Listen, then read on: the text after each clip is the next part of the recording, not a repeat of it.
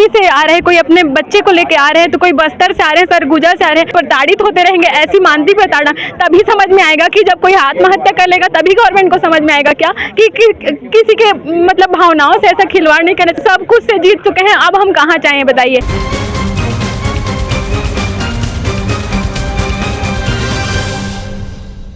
दीदी दूर दूर से सब आ रहे हैं और मंत्री जी का इस प्रकार से रवैया कहाँ तक लग रहा है आपको, क्या नियुक्ति मिल पाएगी? क्योंकि आचार संहिता का जो हवाला दिया जा रहा है कहाँ तक सही है?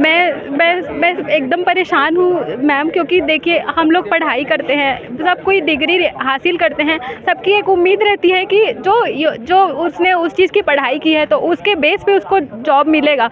तो जब हर कोई जब बड़ा होता है, कुछ पढ़ाई करता है, तो उनकी भी अभिलाषाएँ रहती है कि कुछ नौकरी करे। और कब तक जब बड़े हो जाते हैं तो मन में भी गिल्ट होने लगता है कि कब तक हम लोग नहीं कमा पाएंगे, कभी तो हम लोग अर्न करेंगे ताकि अपने फैमिली में भी पैसा भेज सकें, हम लोग भी सेल्फ डिपेंड हो सकें। तो जब हम हर तरीके से योग्य हैं, मतलब सुप्रीम कोर्ट जो सर्वोच्च न्यायालय है वो भी हमारे हक में फैसला दिया है, हाई कोर्ट भी हमारे फैसले में, फिर भी मतलब एक सरकार जा रही है, एक सरकार आ रही है, पर नौजवानों का दुख वहीं पर ही है। कोई मतलब ऐसा बेरोजगार नहीं है जो प्रताड़ित नहीं है। हर सरकार, कोई भी भर्ती में पारदर्शिता नहीं है, चाहे वो एसआई भर्ती हो, कोई सा भी भर्ती हो, चाहे अपेक्स भर्ती हो, कोई भी सरकार ने सही तरीके से भर्ती नहीं किया है। तो हम अब जब चाहते हैं कि जब भाजपा की सरकार आई है, वो कहती है भाजपा की सरकार वो संविधान रक्षा करने वाली सरकार है, वो कोर्ट के मानने वाली सरकार है, तो अब कहाँ है वो सरकार? हम लोग के साथ क्यों अन्याय हो रहा है? कब से हम लोग प्रताड़ित हो रहे हैं? 10 महीने से हम लोग का दुख क्यों नहीं दिख रहा है? और कितना प्रताड़ित होंगे हम लोग जब 10 महीने से कोई बस से आ रहा है, कोई कहीं से आ रहे हैं, कोई अपने बच्चे को लेके आ रहे हैं, तो कोई बस्तर से आ रहे हैं, सरगुजा से आ रहे हैं, छत्तीसगढ़ के कोने कोने से आ रहे हैं। महिलाएं कब तक आएंगी?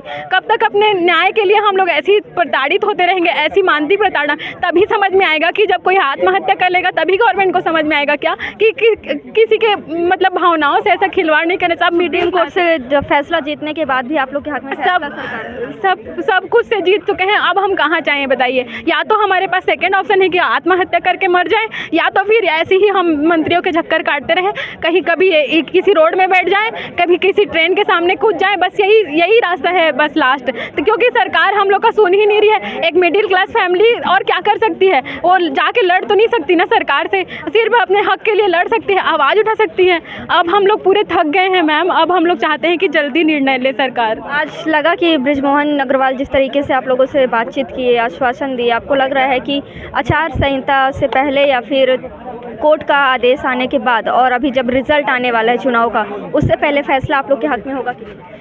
फैसला सब तरीके से हो चुका है मैम, पर सरकार ना हम लोग को, चाहे वो बीएड वर्ग हो या डीएड वर्ग, दोनों को हम लोग को इतना लड़ा के रख दिए ना, हम लोग एक दूसरे न चैन से जी पा रहे हैं, न मर पा रहे हैं। मतलब ऐसा लड़ाई है ना कि कोई भी बोल नहीं सकता कि उन लोग भी मानसिक तौर पे प्रताड़ित हैं, हम लोग भी मानसिक तौर पे प्रताड़ित, हम लोग जीत कर भी प्रताड़ित हैं, तो उन लोग लग कर प्रताड़ित हैं। तो मतलब ये सब पूरा सरकार का ही है, तो सरकार को हमेशा निष्पक्षता ही लेना चाहिए। तो क्यों वो ऐसा करती है? जब वो कोर्ट के आदेश के बधी हुई है बोलती हैं, तो फिर कोर्ट का आदेश आ चुका है तो उसके अनुसार कार्रवाई करें ना। बात रही उनकी, तो उनके लिए नया वैकेंसी भी ला सकती हैं। जब घोषणा पत्र में इतना लिखा हुआ है कि 33,000 नई वैकेंसी आई है, तो उसमें उन लोग को मौका दें, उसमें उन लोग को दे सकते हैं। नई वैकेंसी ला करके सरकार इस चीज़ का समाधान भी कर सकती है। लेकिन सरकार हम दोनों के बीच में पूरा लड़ाई का एकदम इतना माहौल बना चुकी है कि हम लोग न चैन से जी पा रहे हैं और पूरा प्रताड़ित हैं, और सब प्रताड़ित हो रहे हैं। हमारे साथ हमारी फैमिली भी प्रताड़ित हो रही है।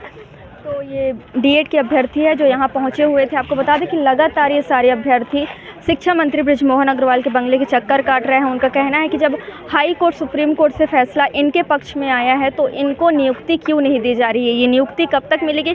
क्योंकि आज बृजमोहन अग्रवाल जिससे इनसे मुलाकात हुई, उनका कहना है कि फ़ैसला जो मामला है अभी सुप्रीम कोर्ट में चल रहा है, और जब तक सुप्रीम कोर्ट में मामला चल रहा है तब तक इनकी नियुक्ति असंभव है। और साथ ही आपको ये भी बता दें कि हाई कोर्ट ने जो फैसला सुनाया था उसके अधीन में ये लिखा गया था कि 6 सप्ताह के भीतर इनको नियुक्ति दी जाए, लेकिन 6 सप्ताह बीतने में सिर्फ 1 हफ्ते का समय रह गया। उसमें भी आज सिर्फ एक दिन उसमें भी गुजर चुका है, लेकिन अभी तक इनको किसी भी प्रकार की कोई नियुक्ति का आदेश नहीं दिया गया है। देखना होगा क्या 1 सप्ताह के अंदर इनको नियुक्ति दी जाती है या नहीं। रायपुर से शारदा काछी की रिपोर्ट।